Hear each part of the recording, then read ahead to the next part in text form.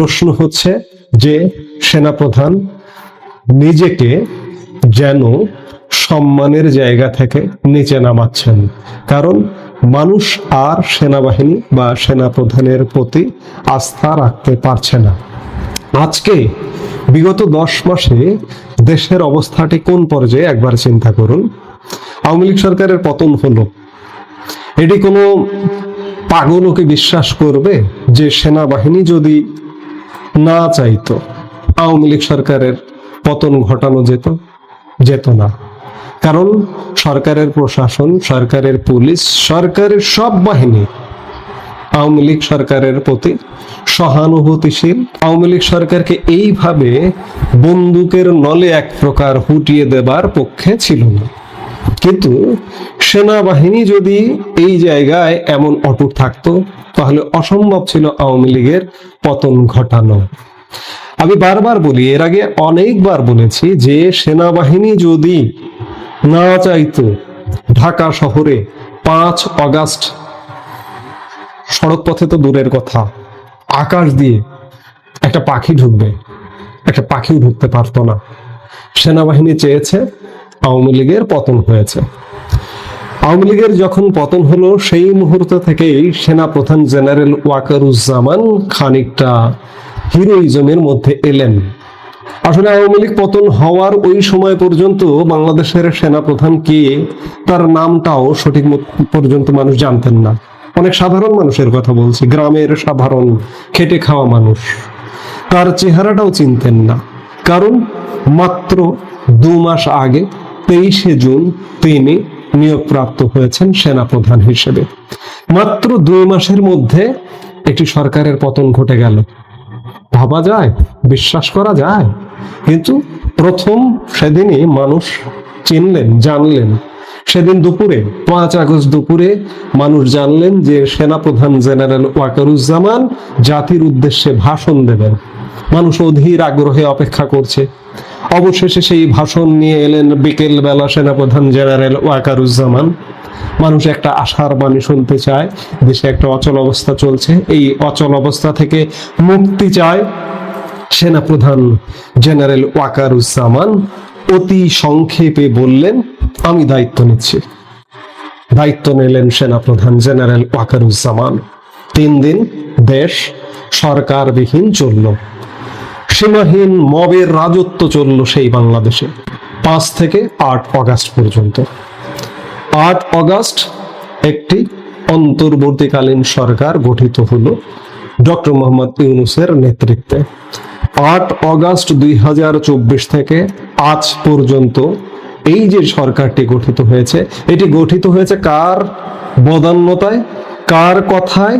সেনাপ্রধান জেনারেল ওয়াকারুজ্জামানের কথায়। বাংলাদেশের মানুষ বিশ্বাস করেছিল সেনাপ্রধান জেনারেল ওয়াকারুজ্জামানকে।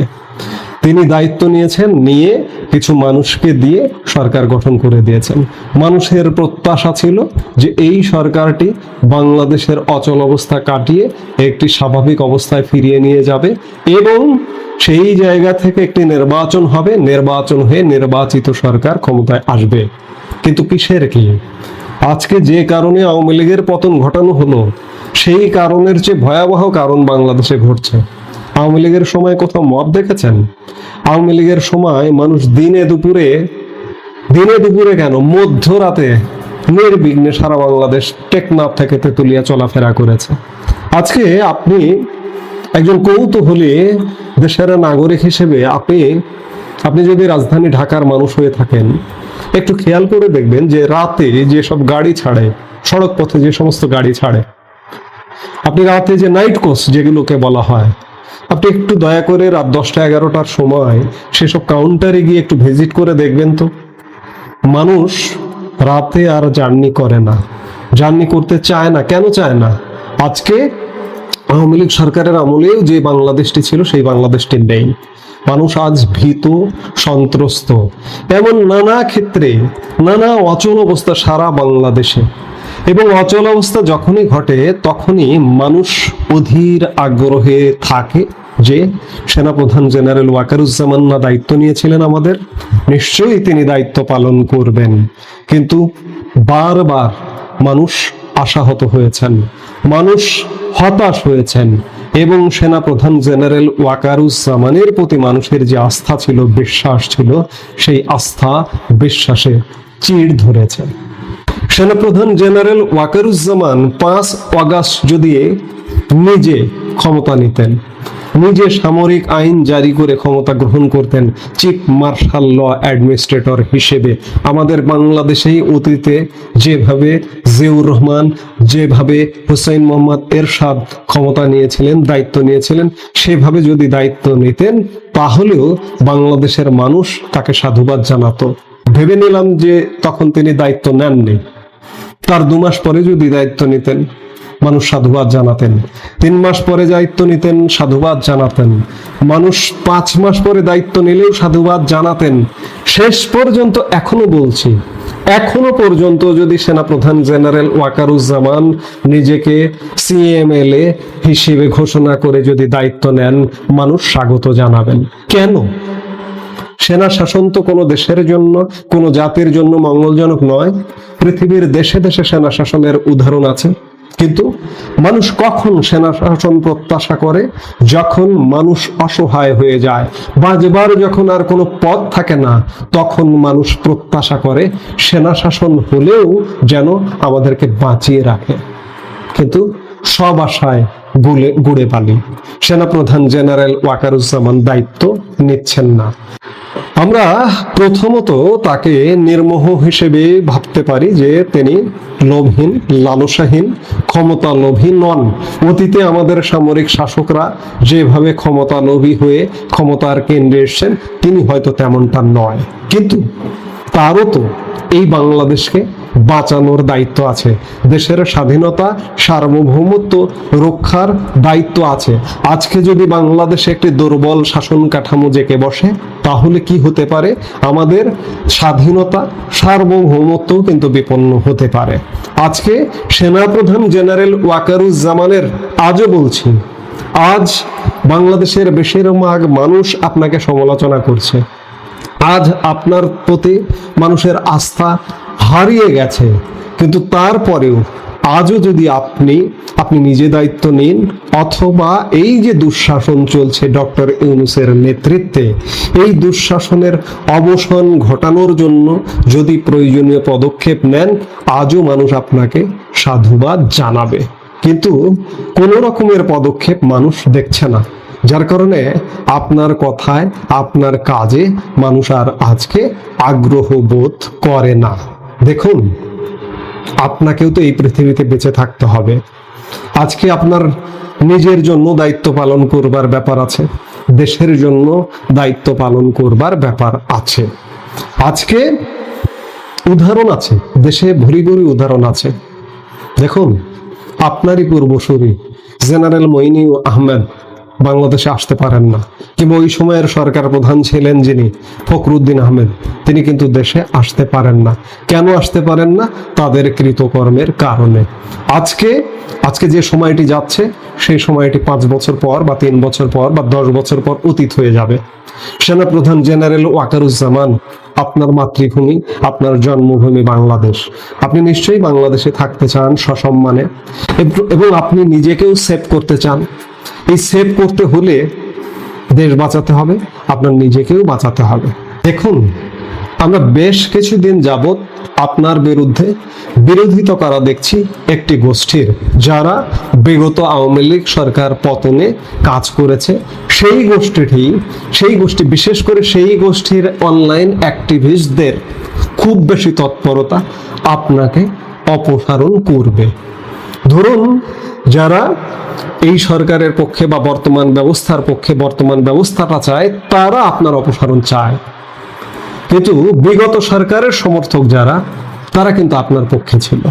কিন্তু আজকে অবস্থাটা এমন দাঁড়িয়ে গেছে, আপনাকে, এটি আমার মুখের কথা না, আমি মুখের কথাটা আপনাকে পৌঁছিয়ে দিচ্ছি, যে আপনাকে মির্জাফর হিসেবে তারা গণ্য করছে, তারা বলছে, তারা কাউন্ট করছে। আমার কিন্তু আপনার প্রতি শ্রদ্ধা সম্মান আছে। আমি বিভিন্ন ভিডিওতে আপনার প্রশংসা করেছি, সেনাবাহিনীর প্রশংসা করেছি। সেনাবাহিনীর প্রশংসা করতে হবে, কারণ সেনাবাহিনী আমাদের একটি সাংবিধানিক সংস্থা। সেনাপ্রধান দেশের আইন অনুযায়ী নিয়োজিত একজন ব্যক্তিত্ব বা একটি পদ। সেই জায়গায় আপনাকে শ্রদ্ধা করতে হবে। কিন্তু দেশের মানুষ ক্ষুব্ধ হয়ে আজকে আপনাকে মীর জাফরের ভূমিকায় কল্পনা করছে। এটি নিশ্চয়ই আপনার জন্য ভালো নয়। আপনার পক্ষে সমর্থন আজও আছে, শুধু বলছি যে আজকেই আপনি একটি অ্যাটেম্প নেন। আপনার মার্শাল অ্যাডমিনিস্ট্রেটর হওয়া লাগবে না। অন্ততপক্ষে এই যে বর্তমান যে ব্যবস্থাটি চলছে, যে ব্যাপক অনিয়ম চলছে, অন্যায় চলছে, অত্যাচার চলছে, এগুলোর বিরুদ্ধে রুখে দাঁড়ান। এই মুহূর্তে একটা মধ্য অবস্থা বিরাজ করছে। মধ্য অবস্থা এই জন্যই বলছি যে একটি নির্বাচন হতে হবে দেশে নিশ্চয়ই। আগামী নির্বাচন কি আদৌ এই যে বর্তমান যে বিদ্যমান ব্যবস্থাটি আছে, এই ব্যবস্থা দিয়ে কি নির্বাচন করা সম্ভব? অসম্ভব। কারণ দেশের স্বাভাবিক জীবনযাপন, স্বাভাবিক জীবনযাত্রায় বহন করে চলা যায় না সেখানে নির্বাচন। আমি আগেও বলেছি, নির্বাচন মানে একটা বিশাল প্রস্তুতির ব্যাপার। আজকে যে সরকারটি দায়িত্ব পালন করছে, এই সরকারটি কিভাবে নির্বাচন করবে আমার মাথায় তো ঢোকে না। নির্বাচন তো হবে না।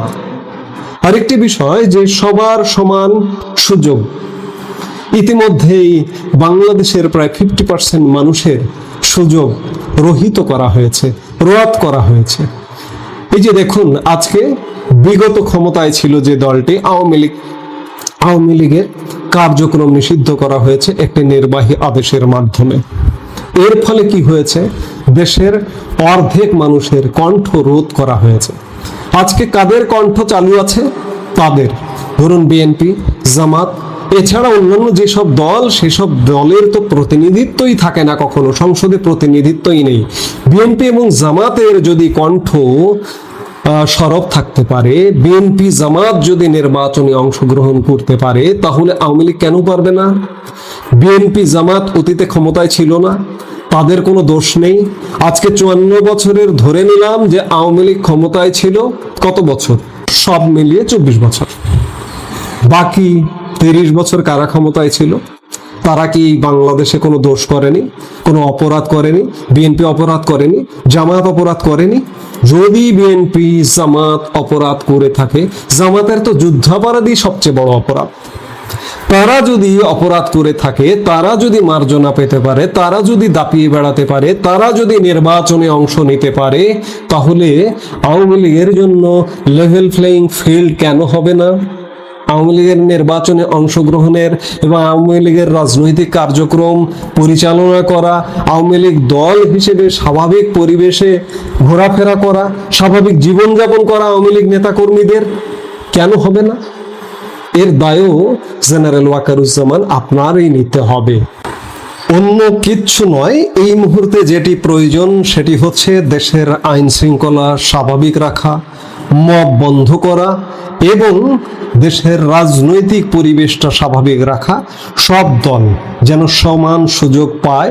যেমন একটি নির্বাহী আদেশের মাধ্যমে আওয়ামী লীগের কার্যক্রম নিষিদ্ধ করা হয়েছে, এটি উইথড্র করা একান্ত জরুরি। নইলে আওয়ামী লীগকে বাদ দিয়ে আগামীর বাংলাদেশে যদি নির্বাচনের দিকে যান কিংবা নির্বাচন করেন, সেই নির্বাচনটি আসলে সারা পৃথিবীতে গ্রহণযোগ্য হবে না, বাংলাদেশের প্রতি সারা পৃথিবী আস্থাশীল হবে না। সেই জায়গা থেকে এই জায়গাগুলোতে জেনারেল ওয়াকারুজ্জামান আপনার কাজ করবার যথেষ্ট সময় আছে। নিজেকে সেভ করুন, বাংলাদেশকে সেভ করুন। আজকে যারা ষড়যন্ত্র করে যে আপনাকে সরিয়ে দেবে, তারা সরিয়ে দিতে সফল হবে। কারণ সর্বস্তরে আজকে আওয়ামী লীগ বিরোধী গোষ্ঠী, আওয়ামী লীগ পক্ষের গোষ্ঠী সবাই সেনাপ্রধান জেনারেল ওয়াকারুজ্জামান আপনার বিরুদ্ধে ফুঁসছে। আপনার বিরুদ্ধে ফুঁসে ওঠা বা আপনার প্রতি রাগ, আপনার প্রতি ক্ষোভ প্রকাশ করা আপনার কিচ্ছু যায় আসে না, কারণ আপনি একটি আইনের অধীনে 3 বছরের জন্য নিয়োগপ্রাপ্ত একটি পদধারী। কাজেই আপনি নির্বাচনও করবেন না। কিন্তু একটা স্বাভাবিক, একটা মানবিক একটা বোধ বলে তো কিছু আছে। আজকে ষড়যন্ত্র হচ্ছে আপনাকে সরিয়ে দেওয়ার, এবং আজকে ষড়যন্ত্র হচ্ছে দেশকে নানাভাবে ধ্বংস করবার। এই আপনাকে নিজেকে সেভ করা এবং দেশকে বাঁচানোটা এই মুহূর্তে আপনার দায়িত্ব। আজকে আপনি যে মুহূর্তে ইউটার্ন করবেন, সেই মুহূর্তে দেশের মানুষ যে পরিমাণ ক্ষুব্ধ হচ্ছে, সেই পরিমাণ আপনার প্রতি আবার খুশি হয়ে উঠবে। কাজেই আমি আগাগোড়ায় আপনার প্রতি শ্রদ্ধা সম্মান রেখে বলেছি, আবারও বলছি যে সময় কিন্তু ফুরিয়ে যায়নি, এখনো সময় আছে, এখনো এই দেশকে আপনি বাঁচাতে পারেন। এছাড়া বাঁচার আর কোনো পথ আমি দেখছি না। আগে আমি একাধিকবার বলেছি, আবারও বলছি, বারবার বলছি যে সেনাবাহিনী, সেনাপ্রধান জেনারেল ওয়াকারুজ্জামানই দেশকে বাঁচাতে পারে এই মব রাজ্য থেকে, দেশকে একটা স্বাভাবিক বাংলাদেশে নিয়ে যেতে। কাজেই আমরা আশা করব সেনাপ্রধান জেনারেল ওয়াকারুজ্জামান, আমরা শেষ আশাটা জাগিয়ে রাখতে চাই, জেনারেল ওয়াকারুজ্জামান অন্ততপক্ষে বাংলাদেশের পাশে দাঁড়াবেন এবং তিনি তার নিজেরও পাশে দাঁড়াবেন, নিজেরও সুরক্ষা দেবেন।